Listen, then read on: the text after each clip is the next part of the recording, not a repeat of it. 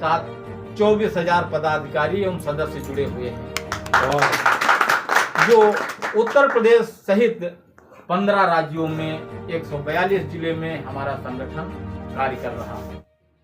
जहाँ पे पत्रकारों का शोषण होता है, पत्रकारों का उत्पीड़न होता है, उनकी कोई कलम को, खबर को दबाने का प्रयास करता है, हमारा संगठन उसका विरोध करता है। वो चाहे शासन हो, प्रशासन हो, खनन माफिया, भू माफिया, कोई भी हो।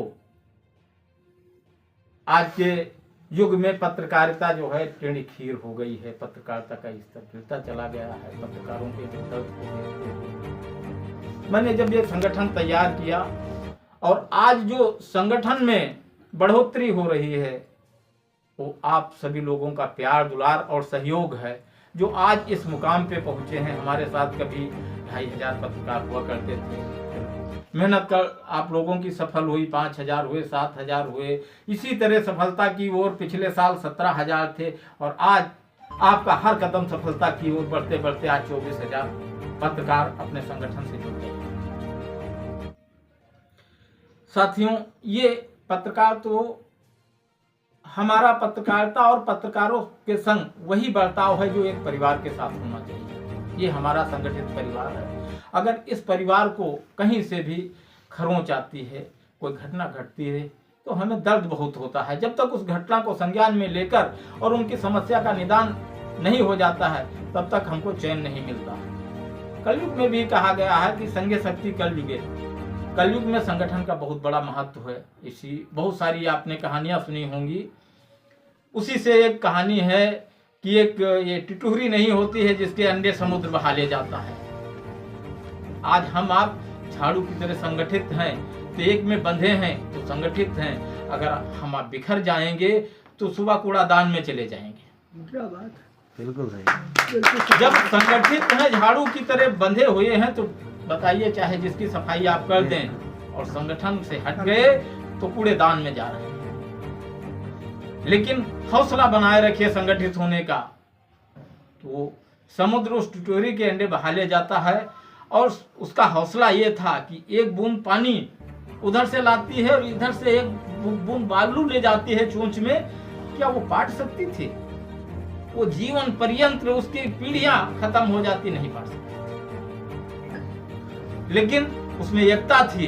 जब उसकी मेहनत और उसके जज्बे को पक्षियों ने देखा तो तुरंत एक आपातकालीन मीटिंग बुलाई गई और मीटिंग की अध्यक्षता गरुण जी ने की।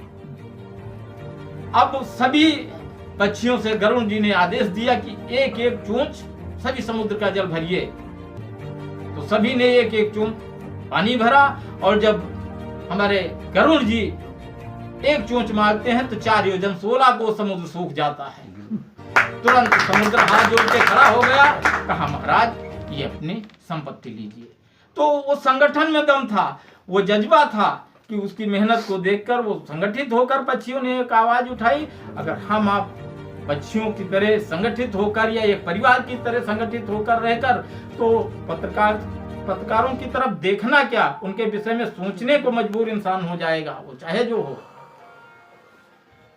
बहुत सारी घटनाएं हो गई। मैंने कई बार ज्ञापन भी दिया। संगठन के माध्यम से सरकार को अवगत कराता रहता हूं समय समय पर कि देश में पत्रकार सुरक्षा बिल लागू किया जाए, पत्रकारों को निःशुल्क शिक्षा एवं चिकित्सा उपलब्ध कराई जाए, पत्रकारों के परिवार को सरकारी नौकरियों में वरीयता दी जाए, पत्रकारों को प्रधानमंत्री योजना का लाभ दिया जाए, पत्रकारों का 50 लाख का बीमा किया जाए, पत्रकारों का टोल टैक्स माफ किया जाए। अगर किसी पत्रकार साथी के साथ अगर कहीं कोई ऐसी घटना घटती है तो जिस तरह सरकारी कर्मचारी के साथ घटना घटने पर उसको आर्थिक सहायता प्रदान की जाती है, उसी तरह अगर किसी पत्रकार साथी के साथ अगर घटना घटती है तो उसके भी परिवार को आर्थिक सहायता सरकार प्रदान करे। दूसरा,